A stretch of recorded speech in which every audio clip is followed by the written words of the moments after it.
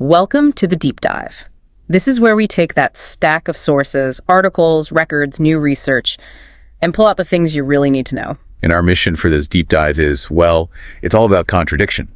We're looking at how progress, how innovation can have this incredibly dark side. Absolutely. We've got three really powerful stories that are all linked by this idea of duality.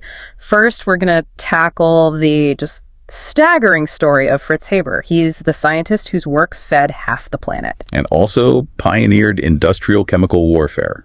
A true paradox. Yeah, and from there, we'll uncover the real story of Civil War spy Mary Jane Richards, her main weapon, the racial prejudice of the Confederate elite. It's an incredible story of turning oppression into a tool for espionage. And then finally, we'll look at the Chachapoya civilization in the Andes. Where new technology is basically proving that the history we've been told for 500 years was, well, just the winner's version of the story. Exactly. Okay, let's unpack this. We have to start with the scientist whose legacy is quite literally half life, half death. We have to start with Fritz Haber. Haber's story is, it's really the central ethical crisis of 20th century science. To get the stakes, you have to picture the world around 1900. Agriculture was hitting a wall, a hard wall. And that wall was nitrogen. You've got this global population, boom. Germany's population had doubled, I think, but farmers were using finite fertilizers, like manure, saltpeter. Things that were running out. Right. And you can't grow crops without nitrogen, but most of the planet's nitrogen is just locked up in the air, totally unusable. Exactly. It's inert N2 gas. So the holy grail for chemists for decades was finding a way to fix it, to grab it out of the atmosphere and turn it into something like ammonia, NH3, that plants can actually use. Haber made that his life's work. Okay, so before we get deep into the chemistry, just how big of a deal was the industrial side of this? Scaling it up must have been something else. Something else doesn't even begin to cover it. The real engineering problem wasn't just the chemistry, it was the physics. We're talking about insane levels of pressure and heat. How high are we talking? The sources say he needed about 185 atmospheres of pressure, with temperatures anywhere from 600 to 900 degrees Celsius. Yeah. He was basically trying to force nitrogen and hydrogen atoms to bond. The whole thing was an explosion waiting to happen. And the piece that made this a global game changer was Carl Bosch at BASF. He's the one who took Haber's lab experiment and figured out how to do it at scale, right? Yeah. Using cheap, dirty iron as a catalyst. That's the Haber-Bosch process. Yeah. And the impact, the positive impact is almost impossible to overstate. This one invention removed the natural limit on food production for the first time in human history. Wow. They say that today, synthetic fertilizer from this exact process feeds nearly half the world's population. It might be the single greatest life-saving discovery ever. But the shadow of that discovery, it fell almost immediately. World War I breaks out, and the Allied naval blockade cuts Germany off from its supply of natural saltpeter for explosives. And just like that, the same ammonia process that was meant to create bread becomes the essential ingredient for munitions. It allowed Germany to keep fighting a war it otherwise couldn't have sustained. Haber's commitment was total. He became director of the Kaiser Wilhelm Institute and personally led the chemical weapons program. And the documents are clear on this. On April 22, 1915, Haber himself, in uniform, was on the front lines at Ypres in Belgium, overseeing the first massive chlorine gas attack. An attack that led to, 92,000 soldiers killed by gas by the end of the war? Yeah. But it also led to an immediate and just staggering personal tragedy. You're talking about his wife, Clara Immerwahr. Yes. She was a brilliant chemist in her own right. The first woman in Germany to get a PhD in chemistry, magna cum laude, no less.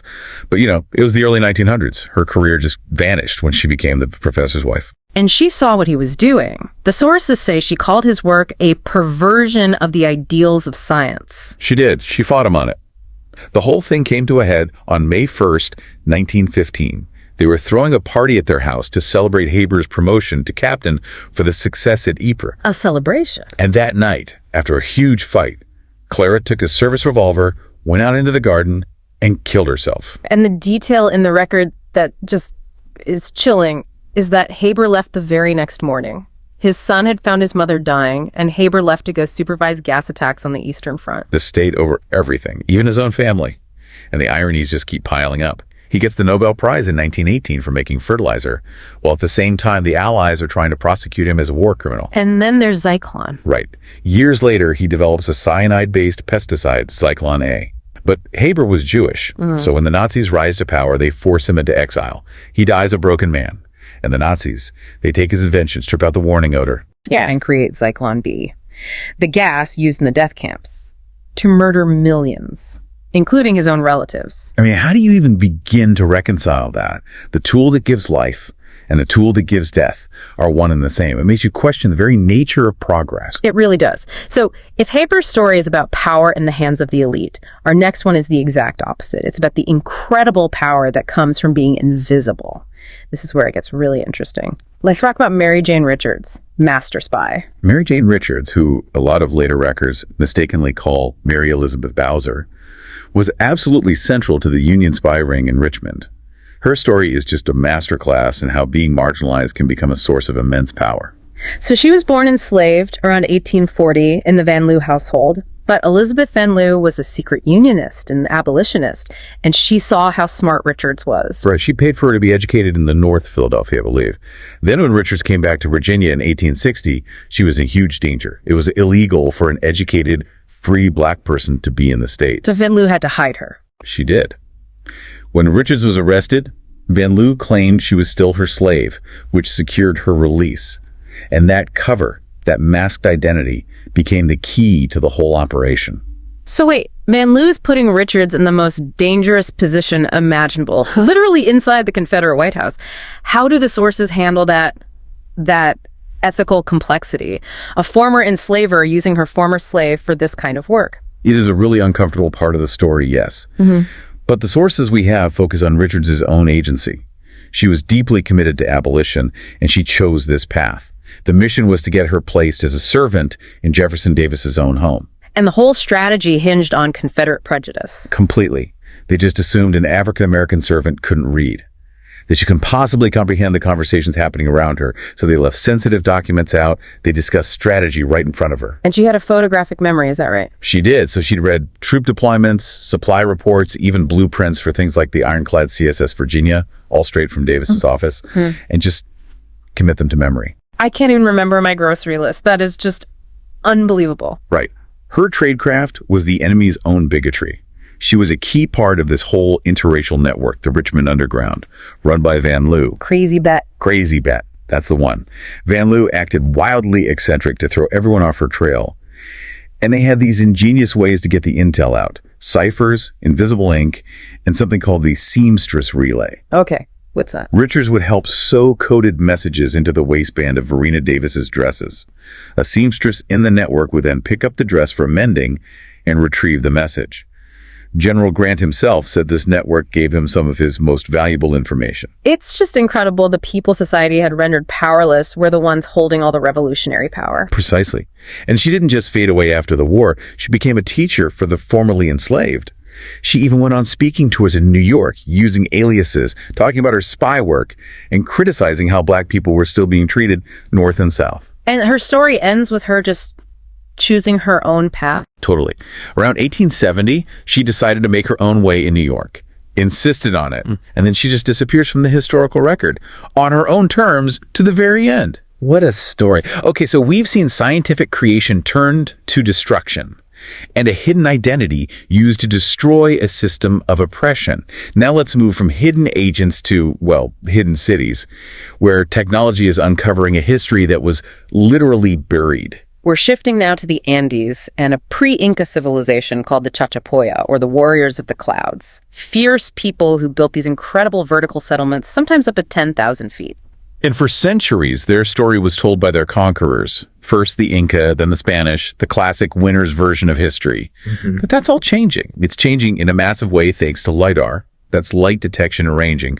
It's a technology that can essentially see through the dense forest canopy that has hidden these sites for centuries. And the discoveries are huge. They're staggering. Just recently, researchers announced they'd found over 100 previously unknown structures at a site called Grand Pajitem. 100. So this isn't just a village. This reframes the whole site as a major center, right? Right. And I think I read that they've only processed about 10% of the LiDAR data so far. That's right. Which means the history of this entire civilization is literally being rewritten as we speak. The scale of their world was just so much bigger than we ever knew. And they had this very striking way of dealing with their dead, these sarcophagi. Oh, they're incredible. They're called Prudomachus. They're these tall, 8-foot tall clay coffins shaped like people. They'd place the mummified dead inside in a fetal position and put them high up on these inaccessible cliff faces, always facing the sunrise. So the dead could watch over the living. That was the belief. And even here, archaeology is uncovering something revolutionary.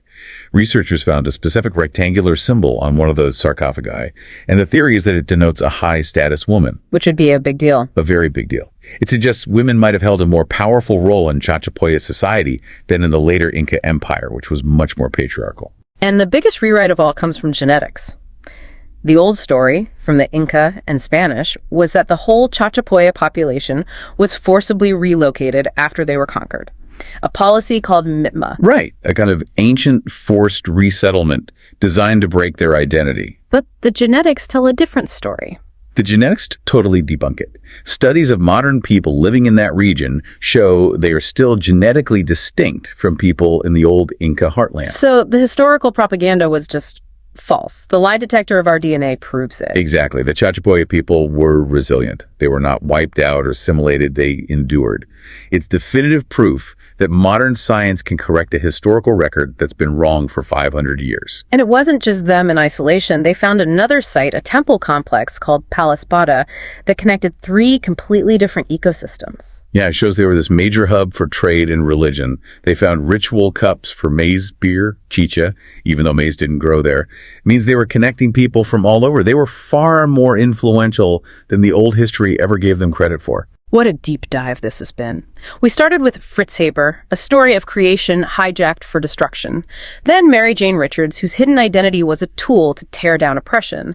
And we end with the Chachapoya, a civilization whose story of destruction is itself being dismantled by modern technology. The thread connecting all of them is that tension.